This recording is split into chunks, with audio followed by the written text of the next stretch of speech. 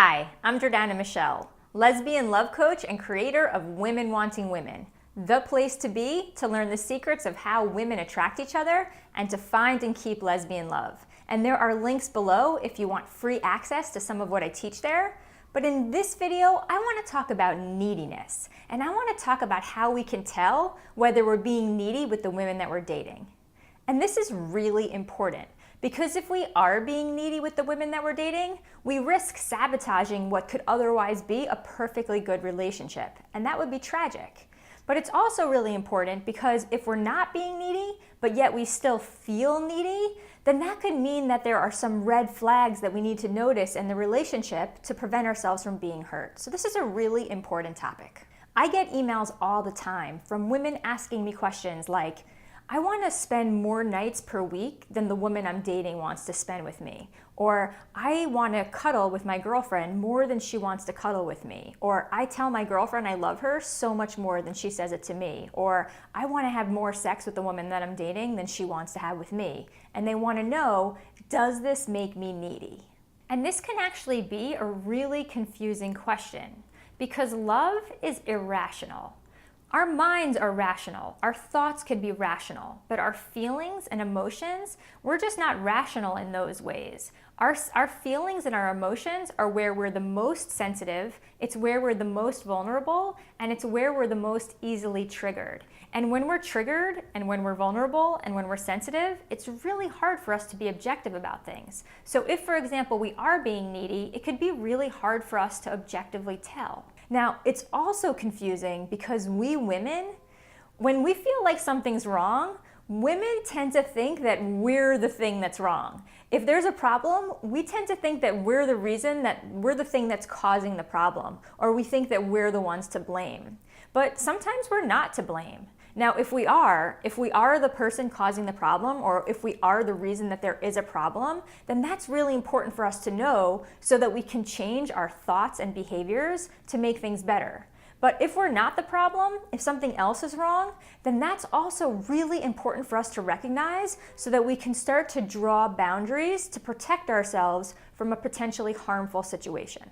So what is neediness anyway? What do we mean when we say that someone's being needy? When a person's being needy, they're being unreasonable. When we say that someone's needy, what we mean is that she needs to be shown or assured that her partner loves her more than a typical person would need to be shown or assured. So what can a typical person expect? How much is reasonable for a typical person to expect that their partner show love? Well, when we're in a relationship with someone, it's perfectly reasonable to expect that our feelings be reciprocated. And it's perfectly reasonable to expect that if we're with someone, that she express her love for us, because it's not cool with someone withholds love. When we're with someone and she withholds love from us, that can really hurt. And it's perfectly reasonable to expect that our partner show us the love that she has for us. And there are 5 general ways that humans express love for each other. And these are known as the 5 love languages. And those are words of affirmation, like saying I love you, or telling someone that she's your favorite, or that she's amazing, or that she's wonderful, or whatever nice words we may want to say. There's physical affection, which includes cuddling and kissing and holding hands and making love. There's quality time together, which includes spending time together and paying attention to each other and focusing on each other and doing things together and doing it without distraction so that you really have each other's attention. There's acts of service, which include maybe running errands for our partner, or cooking her dinner, or helping her clean up, or just understanding what our partner's needs are so that we can go out of our way to help her save time and energy by meeting those needs for her. That's acts of service. And then lastly, there's giving gifts, which could be anything as small as like picking up her favorite snack on our way home from work, or buying her flowers, or maybe buying her something expensive, or taking her on a nice vacation. That's giving gifts. So the 5 love languages are words of affirmation, physical affection, quality time together, acts of service, and giving gifts.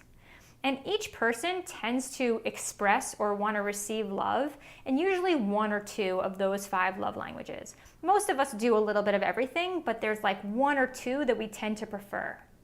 And what can happen is, oftentimes we end up in relationships with someone who has a different primary or secondary love language than ours. But the risk is that if we're with a woman who has a different primary or secondary love language, then the risk is that when we show love for her, she may not feel as loved. The love that we express to her may not land as well for her if she has a different primary or secondary preferred love language. So for example, if we prefer physical affection and our partner prefers acts of service as her love language, then we could go up to her and kiss her and try and cuddle with her and try and make out with her to let her feel how much we're really into her and how much we like her. But if her preferred love language is acts of service, no matter how affectionate we are, she might think, why doesn't she ever do nice things for me the way that I'm always doing nice things for her? And no matter how much she does nice things for us, if our preferred love language is physical affection and she's not trying to make out with us or cuddle with us or get things going physically with us, we might feel like she's not as into us as we want her to be. So it's really important that we understand our partner's love language so that we can express our love in their love language so that they feel more loved by us. Now, this is not what makes us needy. It's not needy to want to be loved in our love language. This is a typical thing that happens between people when they get into new relationships with someone who has a different primary love language. And this can easily be resolved by two people speaking to each other and communicating and learning better how to love each other and each other's preferred love languages. So this isn't what makes us needy. What makes us needy is when no amount of our partner expressing love for us is ever enough. And this happens if we have an underlying insecurity or if we lack self-esteem. When someone lacks self-esteem, then we have an underlying sense that we're not good enough. We don't feel like we're worthy of love. So there's no amount of our partner expressing love for us that will ever be enough. And that's not fair to our partner because when we love someone and we show her love, we want her to receive that love and feel good about it.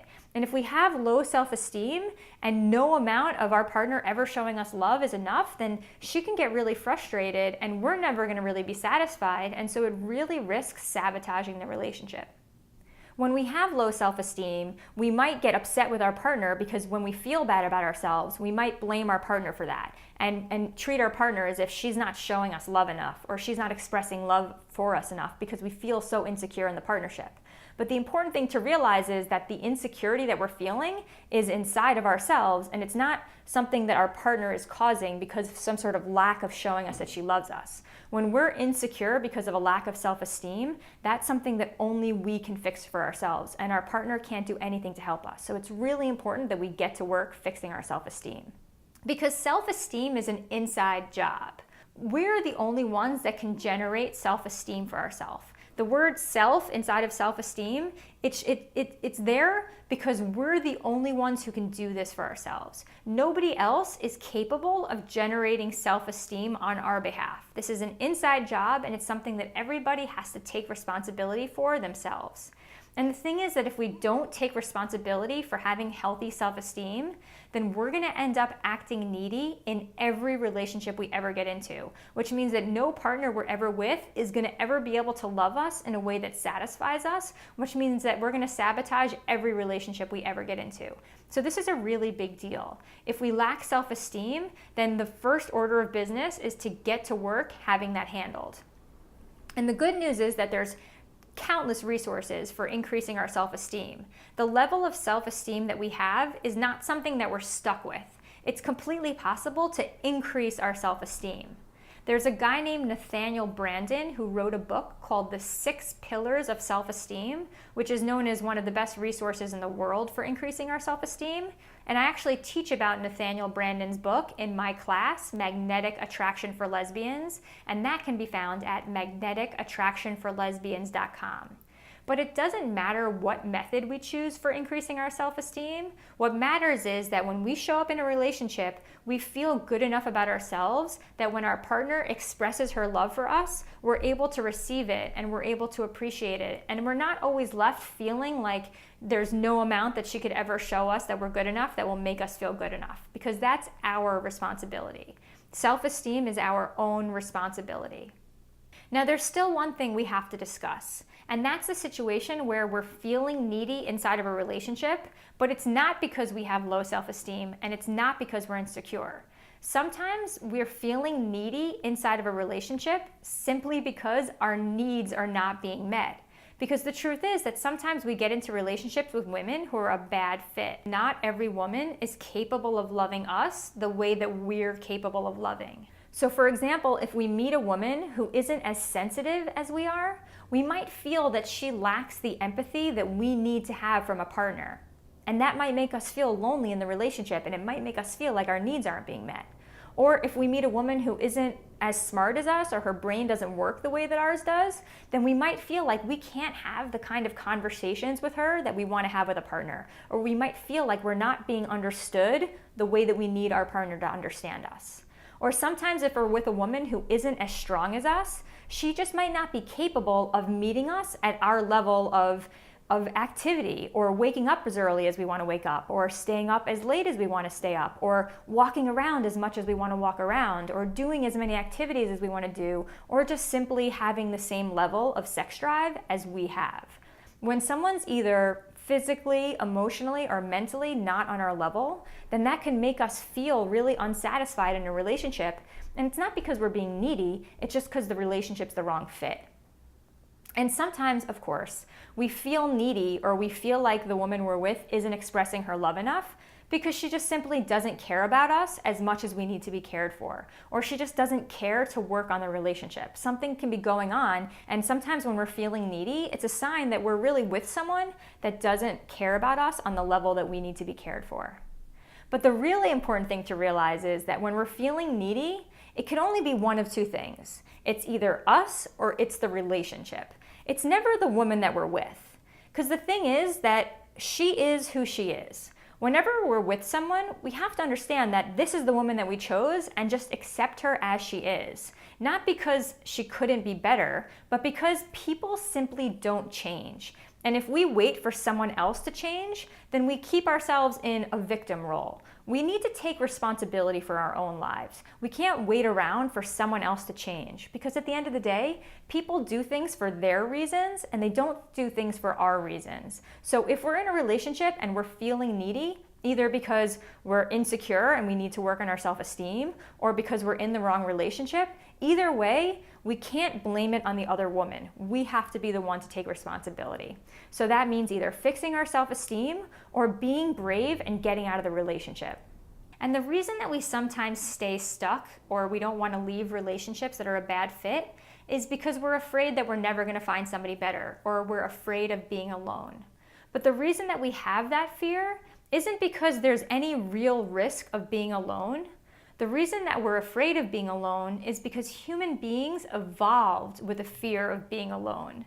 Human beings evolved to live in tribes of 150 people out in the wilderness. And hundreds of thousands of years ago, if any of our ancestors left their tribes, they would have died. Human beings simply couldn't survive in this environment without the rest of our tribe. So that's why we have an inherent fear of being alone. That fear kept our ancient ancestors safe. It kept our ancient ancestors staying with the tribe so that they wouldn't die in the wilderness.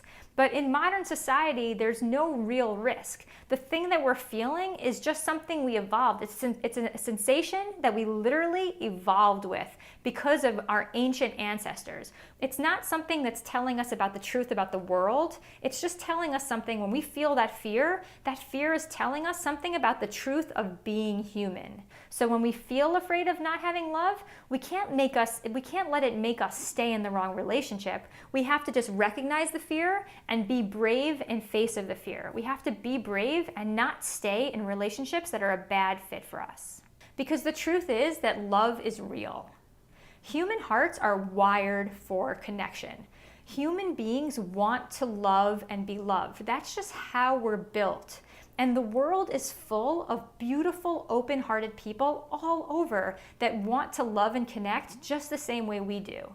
So whether we're single and alone, or whether we're in the wrong relationship and we're afraid we're never going to find love, the truth is that we are going to find love. We're going to be able to find and connect with someone who's capable of loving us the way that we want to love, because the world is full of beautiful people that want to love the way that we want to love. And if we haven't yet found a woman that is capable of meeting our needs and loving us the way that we want to be loved, What we need to understand is that we are eventually going to meet someone who is. And whoever that woman is that we eventually meet, she's alive right now. She's somewhere walking around right now on this earth. And what's crazy about that is that she also hasn't found the person she's going to spend her life with.